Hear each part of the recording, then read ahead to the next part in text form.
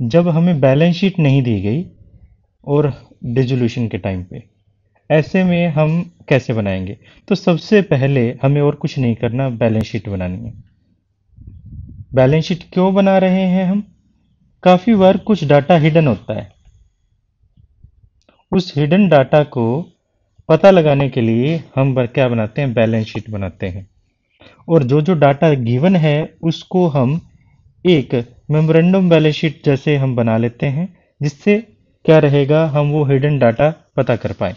जैसे यहाँ क्वेश्चन में दिया गया है, क्वेश्चन में दिया गया ब्रह्मा विष्णु महेश आर पार्टनर 434 के लिए।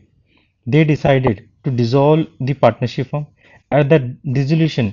जो क्रेडिटर्स हैं उनके अमाउंटेड टू 16,000, उनके 16,000 क्रेडिटर्स थे। तो हम यहाँ क्रेडिटर्स लिख देते हैं कि हमारे पास लाइबिलिटी में क्रेडिटर्स 16,000 हैं। आगे कहता है and the cause of dissolution, contingent liability भी दी गई है हमें 2,650, not brought into the account, maturity and had to be meet. ये हमें देनी पड़ेगी, तो ये हमारी जब डिसोल्यूशन होगा उस टाइम की बात है। द कैपिटल 12,000, 10,000 और 8,000 हमें दी गई है, तो हम कैपिटल ले लेते हैं। कैपिटल ब्रह्मा 12,000, विष्णु 10,000 और महेश 8,000। टोटल 30,000 हमारे पास यहाँ क्या है, कैपिटल है। Vishnu had lent to the firm addition to the capital, यानी कैपिटल के अलावा 14,000 उसने दिया है। तो ये एक तरह से क्या है, ये लोन हो जाएगा। तो हम यहाँ लिख देते हैं विष्णुज लोन।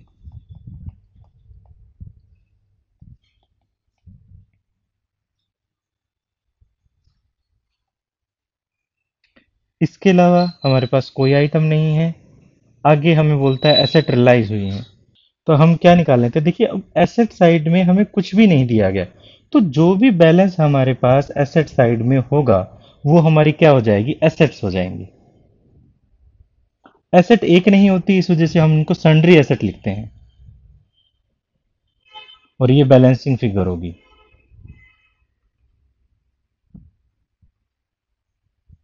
तो देखते हैं हमारे पास टोटल कितना हुआ। टोटल हम करते हैं, टोटल वैल्यू जो है वो 60,000 आती है। तो हमारा जो बैलेंसिंग फिगर है वो भी कितनी बच जाएगी, 60,000 ही बच जाएगी।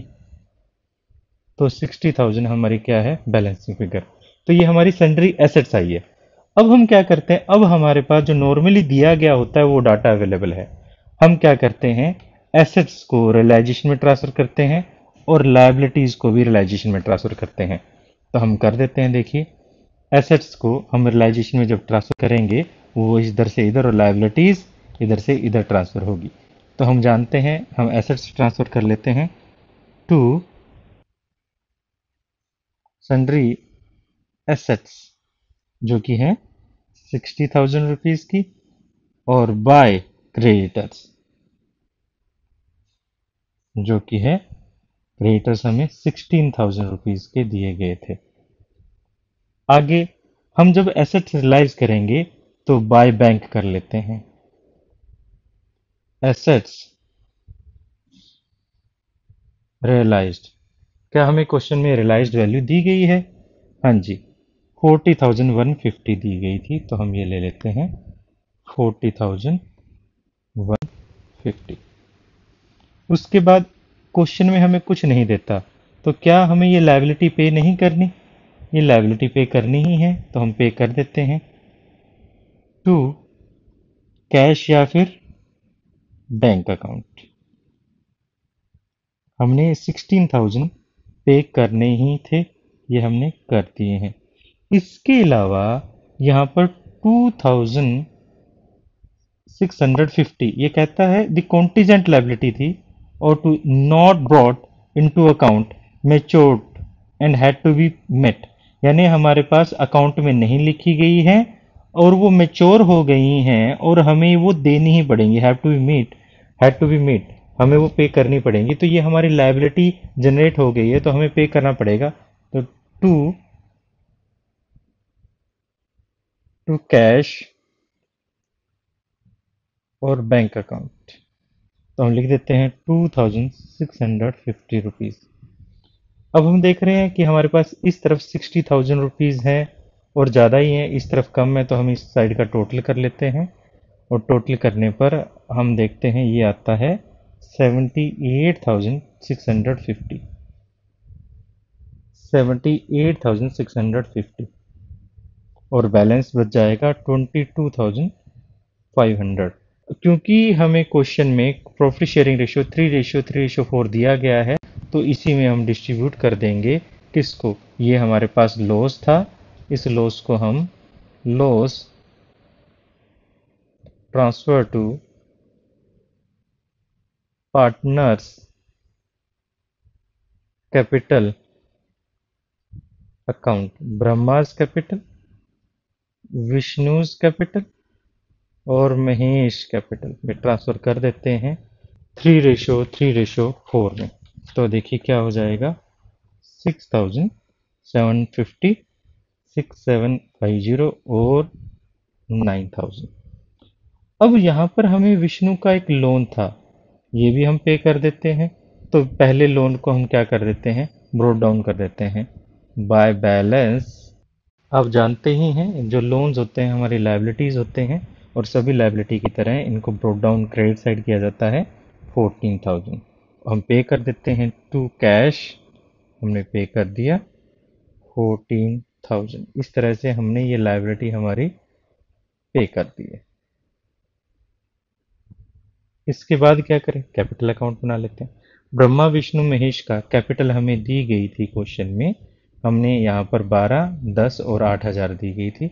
हम इसी तरह बना लेते हैं। सबसे पहले जो कैपिटल बैलेंस है उसको ब्रोट डाउन करें बाय बैलेंस ब्रोट डाउन। तो ये हमारे पास हो जाएगा 12,000, 10,000। अगर आप चैनल पे नए हैं तो हो सकता है यहाँ से आपको समझ ना आ रहा हो, इसके लिए आपको इस चैप्टर से रिलेटेड प्रीवियस वीडियोस एक बार देखने की ज़रूरत है, तो प्लीज़ आप पहले वो देख लें। अब हम क्या करें, जो हमारा रियलाइजेशन में लॉस हुआ है वो ट्रांसफ़र कर लेते हैं।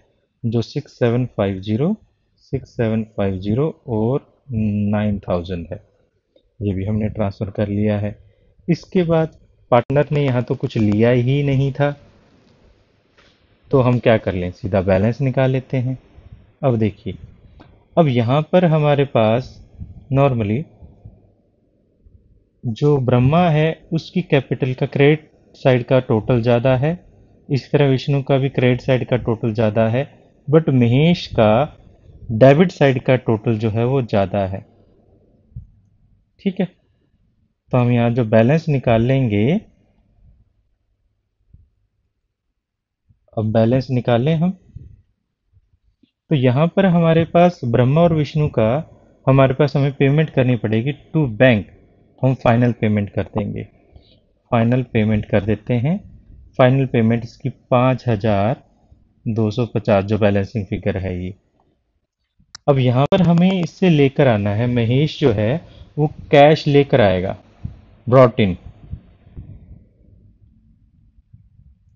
कितना लेकर आएगा, 1,000 रुपया। अब लास्ट में जैसे कि हमेशा बनाते होते हैं, हम कैश अकाउंट बना लेंगे। हमारे पास ओपनिंग बैलेंस कुछ नहीं था, जो रिलाइज होगा यानी जिससे कैश इंक्रीज हो उधर डेबिट साइड और डिक्रीज हो तो क्रेडिट साइड। ठीक है, तो हमारे पास सबसे पहले हमने एसेट रिलाइज की थी 40,150 और 1,000 रुपये हमने मांगा है हमारे महेश से। तो हम यहाँ पर कर लेते हैं to realisation account. Asset realise जो थी वो 40,150 की थी, और उसके बाद महेश कैपिटल अकाउंट जो है वो 1,000 लेकर आया है। इसी तरह हमने लायबिलिटी रियलाइजेशन अकाउंट से हमने पे की थी लायबिलिटीज।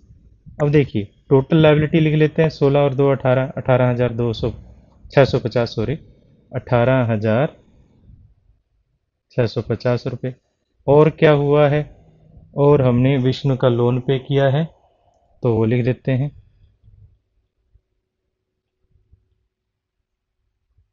और दो पार्टनर की कैपिटल भी पे की है जो है ब्रह्मा कैपिटल और विष्णुज कैपिटल। हमने जो पे किया है वो 5,250 और 3,250 और 3,250। अब टोटल करेंगे तो दोनों साइड बराबर आनी चाहिए, जो 41,150 रुपये बराबर आती है। तो इस तरह से आप एक क्वेश्चन करेंगे जिसमें बैलेंस शीट हमें गिवन नहीं है। आई होप ये आपको समझ आया होगा। Thank you for watching our channel. फिर मिलते हैं किसी और वीडियो में।